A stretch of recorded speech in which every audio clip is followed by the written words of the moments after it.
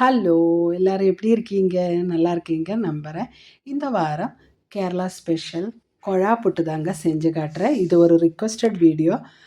அ plus இது ஒரு பிகினர்ஸ்க்காக உள்ள வீடியோ. அதனால எல்லாரும் எப்படி பண்ணுறதுன்னு பார்த்து பண்ணி ரெ ரெஸ்பான்ஸ் சொல்லுங்க கமெண்ட் பாக்ஸில். அப்போ இது எப்படி செய்யணும்னு பார்க்கலாம். அதுக்காக ஒரு மிக்சிங் பவுல் எடுத்து வச்சு அதில் 2 கப்பு புழுங்கல் அரிசி புட்டு மாவு தாங்க மில்லில் கொடுத்து அரைச்சிட்டு வந்தது. இதுக்காக நான் இப்போ ஒரு தேங்காய் உடைச்சி அந்த தண்ணியும் கூட இதில் சேர்த்துக்க போகிறேன்.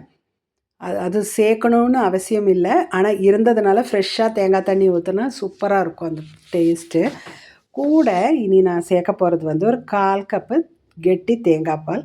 அதுவும் ரொம்ப அவசியம்னு இல்லை, நீங்கள் வேணால் சேர்த்துக்கலாம், இல்லைன்னா ஸ்கிப் பண்ணிக்கலாம். கூட ஒரு 1/4 கப்பு தண்ணி ஊற்றியிருக்கேன். இனி ஒரு 1/2 டீஸ்பூன் உப்பு எடுத்து 1/4 கப்பு தண்ணி ஊற்றி அதில் நல்லா கரைச்சி எடுத்துக்கலாம். ஏன்னா உப்பு கண்டிப்பாக வேணும் இல்லையா? அப்போ இந்த தண்ணி இனி வந்து ரொம்ப அப்படியே உடனே ஊற்றிடக்கூடாது. பார்த்து பார்த்து கொஞ்சம் கொஞ்சமாக ஊற்றி சேர்த்துக்கோங்க. ஒரு 3/4 ஊற்றிட்டு இனி ஒரு டேபிள் ஸ்பூன் 2 டேபிள் ஸ்பூன் கிட்ட இருக்குது. மொத்தமே தேங்காய் பால், தேங்காய் தண்ணி எல்லாம் சேர்த்து ஒரு கப்பு தான் வந்தது. 2 கப்பு மாவுக்கு 1 கப்பு, அதுதான் கரெக்டு. ஏன்னா ஆனால் சில மாவுக்கு கொஞ்சம் ஜாஸ்தி தேவைப்படும். பார்த்து நீங்கள் எப்படி பண்ணணும்னா, நம்ம நல்லா பிசைஞ்சிட்டு கடைசியில் பாருங்கள், இப்படி பிடிச்சா நிற்கணும், உடச்சா உடஞ்சிடணும். இதுதான் அதோட பக்குவமே. முதல்ல பிசைஞ்சிட்டு பாருங்கள், இந்த மாதிரி அழுத்தி வச்சுட்டு ஒரு 10-15 நிமிஷம் ஊற விட்டுறணும். அப்போ தான் அந்த அரிசி மாவு நல்லா தண்ணியெல்லாம் இழுத்துட்டு ஒரு 10 நிமிஷம் கழித்து பார்க்கலாம். இருக்கட்டும், அதுக்குள்ளே நான் தேங்காய் இதெல்லாம் துருவி வச்சுட்டு வந்துடுறேன். பாருங்கள், 10 நிமிஷத்துக்கு மேலேயே ஆயிடுச்சு. பாருங்கள், கொஞ்சம் தண்ணி கொஞ்சம் கம்மியாக இருக்குது. இனி சேர்த்துக்கும் போது வந்து நம்ம வந்து தேங்காய் வந்து தண்ணி வந்து கொஞ்சம் கொஞ்சம் தெளித்து தான் சேர்க்கணும். பார்த்து அந்த ஒரு 2 டேபிள் ஸ்பூன் தண்ணி மிச்சம் இருந்தது இல்லையா, அதை வந்து கொஞ்சம் கொஞ்சமாக தெளித்து மொத்தத்தையும் சேர்த்துட்டேன்.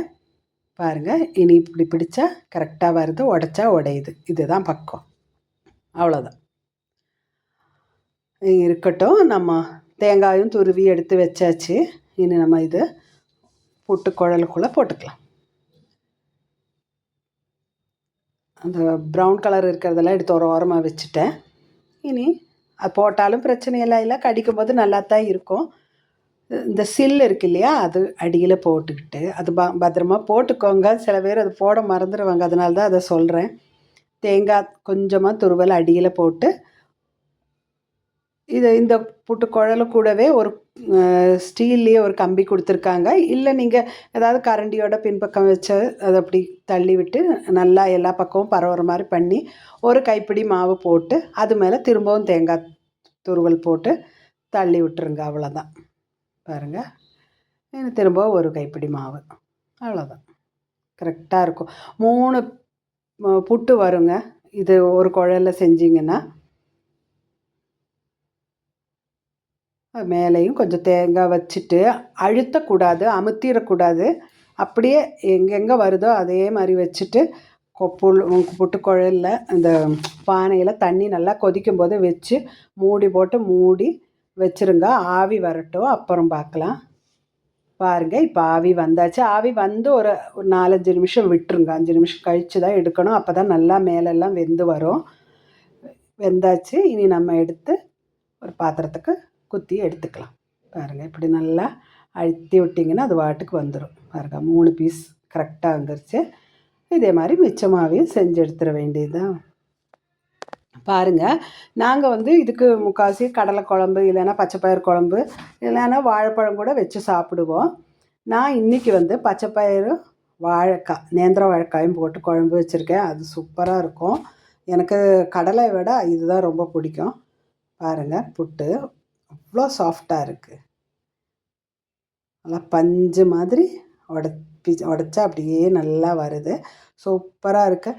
கண்டிப்பாக இதே அளவுகளோடு செஞ்சு பாருங்கள். இனி தேங்காய் பால் இல்லைன்னா கவலைப்பட வேண்டாம், தேங்காய் பால் வேண்டாம், தேங்காய் துருவல் கூட நீங்கள் சேர்த்து பிசைஞ்சிக்கலாம். அது இல்லைனாலும் பிரச்சனை இல்லை. கண்டிப்பாக எல்லாரும் செஞ்சு சாப்பிட்டு பார்த்து எப்படி இருந்ததுன்னு கமெண்ட் பாக்ஸில் கமெண்ட் பண்ணுங்கள். அடுத்த வாரம் ஒரு புது வீடியோவோட உங்களை சந்திக்கும் வரைக்கும் வணக்கம்.